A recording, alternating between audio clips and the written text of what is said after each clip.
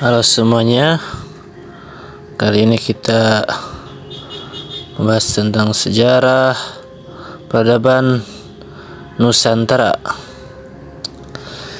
Sejarah Nusantara ini dimaknai sebagai catatan mengenai peristiwa-peristiwa yang terjadi di pulau benua Asia.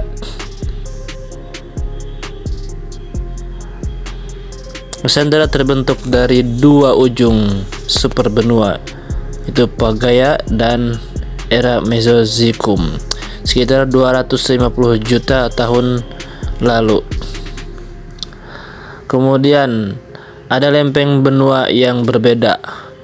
Dua bagian ini bergerak mendekat akibat pergerakan, sehingga pada saat zaman es terakhir telah terbentuk selat besar yang diantaranya itu paparan Sunda di barat dan paparan Sahul di timur.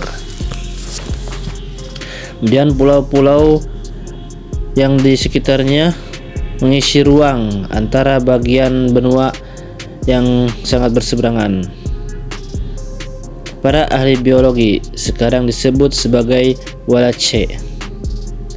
Situasi geologi dan geografi yang berimplikasi pada aspek topografi, kesuburan, iklim, tanah, sebaran makhluk hidup, serta migrasi manusia. Lempeng di barat yaitu Eurasia, kemudian lempeng Australia di selatan, dan ada juga lempeng Pasifik di timur laut menjadi daerah vulkanik aktif yang kekayaannya mineralnya bagi tanah di sekitarnya sehingga sangat baik bagi pertanian. Lempeng benua ini juga mengangkat sebagian dasar laut ke atas mengakibatkan adanya formasi. Kemudian kaya gua di sejumlah tempat fosil-fosil hewan laut. Nusantara ini terletak daerah tropika, memiliki laut hangat dan mendapat penyinaran cahaya matahari. Situasi ini mendorong terbentuknya ekosistem yang kaya keanekaragaman.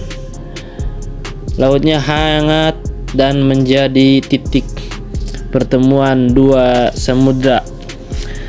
Selat di antara dua bagian benua yaitu Walace, itu bagian dari arus laut Samudra Hindia, Samudra Pasifik yang kaya sumber daya, kemudian keanekaragaman hayati yang sangat tinggi. Kekayaan alam ini ada di laut mewarnai kultur warna masyarakat. Banyak di antaranya penduduk mengandalkan kekayaan laut membuat mereka memahami navigasi. Benua Australia dan perairan Hindia dan Pasifik memberikan faktor variasi iklim tahunan. Dan juga Nusantara ini dipengaruhi oleh sistem muson dengan akibat banyaknya tempat-tempat yang mengalami perbedaan, sebagian besar mengenai musim kemarau dan hujan. Bagi pelaut dikenal angin barat dan angin timur. Pada era perdagangan mengandalkan kapal berlayar. Dari sudut persebaran makhluk hidup, wilayah ini merupakan titik pertemuan dua flora dan tipe fauna yang berbeda. Akibat proses evolusi yang berjalan terpisah namun kemudian bertemu. Selat tidak jauh dari ekuator memiliki fauna tipe Eurasia, sedangkan wilayah bagian paparan Sahul memiliki tipe Australia. Bagi pencampuran dua tipe ini, namun karena agak terosiasi, ia memiliki tipe yang khas. Berbeda dengan fauna, sebaran flora bahkan membentuk suatu provinsi di flora yang khas berbeda dari tipe India Timur maupun kawasan keringnya. Dinamakan oleh botaniwan sebagai Malaysia. Manusia kemudian mendorong persebaran flora di daerah ini. Masuknya tumbuhan dan hewan asing dari Amerika, Eurasia, dan Afrika pada masa sejarah. Fosil-fosil ditemukan di beberapa tapak. Kemungkinan kontinuitas populasinya mencapai 1,7 juta tahun hingga 50.000 tahun yang lalu. Rentan waktu yang panjang menunjukkan perubahan fitur yang berakibat pada dua subspesies. 50.000 tahun yang lalu mereka telah hidup sejaman dengan manusia modern. Apakah itu benar atau tidaknya? Kita tidak tahu. Manusia modern hanya mempelajarinya. Masuk ke wilayah Nusantara diperkirakan terjadi pada rentang waktu antara 70.000 tahun dan 60.000 tahun yang kelak menjadi moyang beberapa suku pribumi. Mereka kemudian bergerak ke timur ke Gua Nia.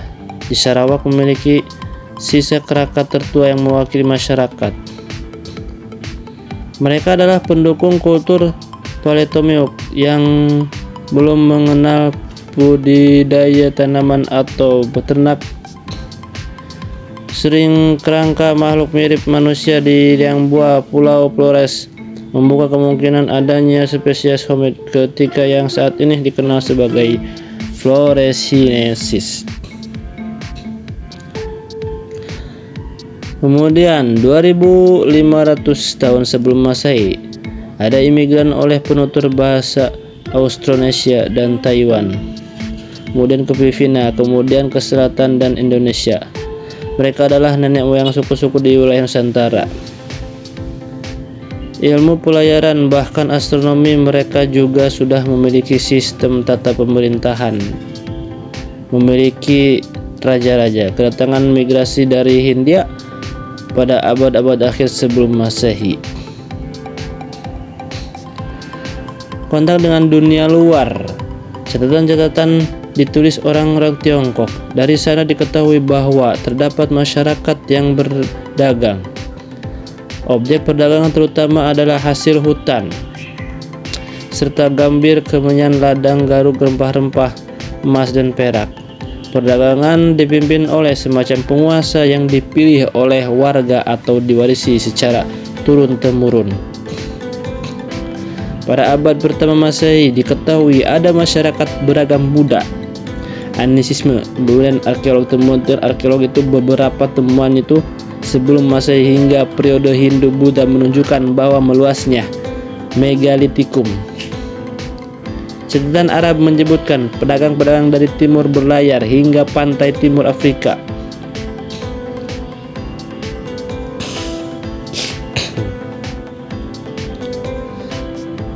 Kemudian di zaman kolonial, bangsa Portugis dalam navigasi, pembuatan kapal persenjataan, melakukan ekspansi eksplorasi.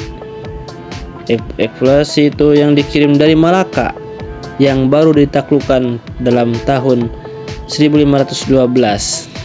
Portugis merupakan bangsa dari Eropa pertama yang tiba di kepulauan sekarang, yaitu menjadi Indonesia, menguasai sumber rempah-rempah yang berharga dan memperluas usahanya, yaitu misi Katolik Roma. Portugis menguasai kepulauan Indonesia adalah dengan menyambut tawaran kerjasama kerajaan Sunda. Pada abad ke-16, pelabuhan-pelabuhan perdagangan penting sudah dikuasai oleh Kesultanan Demak, termasuk dua pelabuhan kerajaan Sunda, yaitu Banten dan Cirebon. Khawatir peran pelabuhan Sunda Kelapa mencari bantuan, menjamin kelangsungan pelabuhan utama kerajaannya. Pilihannya jauh kepada Portugis, yaitu penguasa Melaka.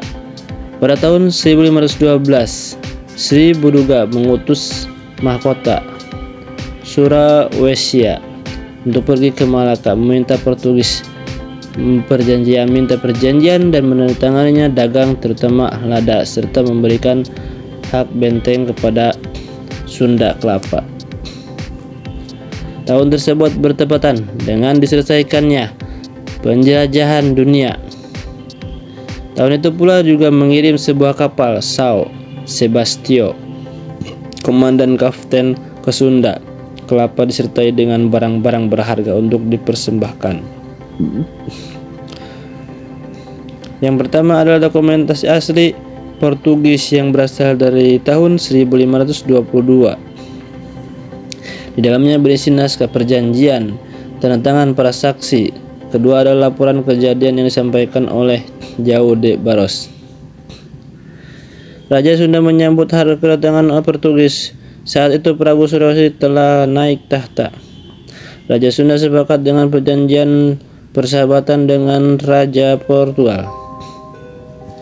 Selain itu, Raja Sunda berjanji jika pembangunan benteng sudah dimulai maka dia akan menyumbangkan 1000 kalung lada. Satu saingan untuk Raja Sunda, yaitu satu lagi Raja Portugal. Saksi dari kerajaan Sunda adalah Padam Tumenggung. Maksudnya adalah yang di Pertuan Tumenggung. Bendahara saksi parat dari Portugis yang dilaporkan sejarawan Porto bernama João de Barros. Kemudian mereka melegalisasinya dengan adat istiadat. Sekarang satu salinan perjanjian ini tersimpan di Museum Nasional. Penandatangan perjanjian tersebut, bangsawan kerajaan Sunda Enquir rombongannya pergi ke tanah yang akan menjadi tempat benteng pertahanan. Di daerah yang sekarang menjadi Kelurahan Tugu di Jakarta Utara merupakan kebiasaan Portugal untuk mendirikan padrau pada mereka menemukan tanah baru. Kemudian Portugis gagal memenuhi janji kembali ke Sunda Kelapa dan membangun benteng. Kemudian perjanjian memicu serangan tentara Kesultanan Demak ke Sunda Kelapa pada tahun 1527. Gagal menguasai Pulau Jawa, bangsa Portugis mengalihkan perhatian ke timur, yaitu ke Pulau Maluku. Penaklukan militer dan persekutuannya para pemimpin lokal. Kemudian Portugis mendirikan pelabuhan, benteng dagang, dan misi-misi Indonesia, termasuk pulau-pulau Ternate, Ambon, dan Solor. Misionaris bangsa Portugis terjadi pertengahan pada abad ke-16. Penaklukan militer di kepulauan ini berhenti dan minat mereka beralih kepada Tiongkok, Makau, Jepang, serta Brazil. Portugis di Indonesia terbatas pada Solor, Flores. Setelah mereka mengalami kekalahan, setelah penaklukan Belanda atas Ambon, Maluku Utara, dan Banda, kemudian pengaruh kedatangan bangsa Portugis budaya Indonesia antara lain sejumlah nama marga Portugis, kemudian Portugis di Tugu. Nama-nama keluar di Indonesia bagian timur seperti Da Costa, Dias, kemudian Fresh. Kemudian zaman VOC. VOC yang didirikan pada tahun 20 Maret 1602. Perusahaan Belanda memiliki monopoli perdagangan. Kemudian Hindia Timur, karena adanya VOC merupakan Perserikatan Dagang Hindia. Perusahaan yang dianggap sebagai perusahaan pertama, didukung oleh negara-negara yang bersendiri fasilitas, misalkan VOC boleh memiliki tentara dan boleh bernegosiasi dengan negara-negara. VOC terdiri dari bagian Kamers dan Amsterdam, Middelburg, kemudian Zeeland, Equinza, Def dan Horn. Delegasi ke-17 sesuai dengan proporsi modal yang mereka bayarkan.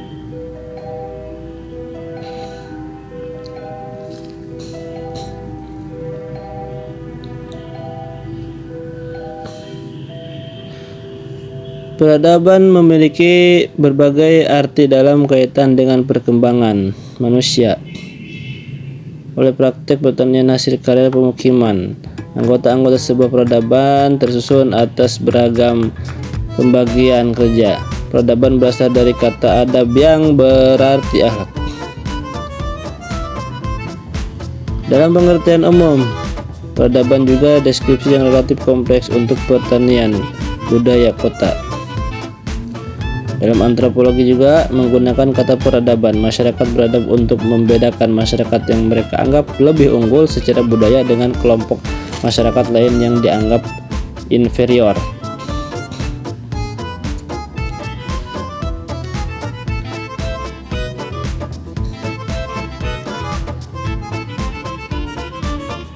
Kemudian di sini menjadinya orang-orang sebagai peradaban. Nah, peradaban kehidupan masyarakat Indonesia menyangkut sopan santun, budi bahasa, kebudayaan. Kemudian hanya menyangkut masalah budaya sosial. Masyarakat Indonesia ternyata mendapat pengaruh dari beberapa peradaban awal masyarakat dunia. Peradaban ini bisa dikenal sebagai Yunani kuno, kemudian Yunani Arkais pada abad ke-8 sampai 6 sebelum Masehi. Lalu berakhirnya zaman kuno dimulai abad pertengahan. Memberikan pengaruh pada bangunan-bangunan Indonesia seperti museum, pemerintahan, gedung. Indonesia juga menganut paham demokrasi yang dipengaruhi oleh negara-negara seperti Athena, Polis, dan juga menganut paham yang sama pada masyarakat. Beberapa pengaruh peradaban Romawi terhadap peradaban Indonesia yaitu perayaan Tahun Baru Romawi merupakan upacara penyembahan terhadap dewa-dewa Janus, tetapi sudah ditiadakan sekarang. Seperti juga adanya kehidupan pengaruh peradaban Mesir yang bangsa Romawi yang akhirnya diterapkan di Indonesia. Memperoleh ajaran Islam dari Mesir yang diketahui dari tulis Ibnu Battuta menceritakan bahwa Raja Samudra Pasai bermadzhab Syafi'i di Mekah. Kemudian Candi Borobudur juga terinspirasi dari pembangunan piramida di Mesir. Mengapa Candi Borobudur dijadikan salah satu keajaiban dunia? Karena adanya perpaduan beda asing dan seni budaya asli.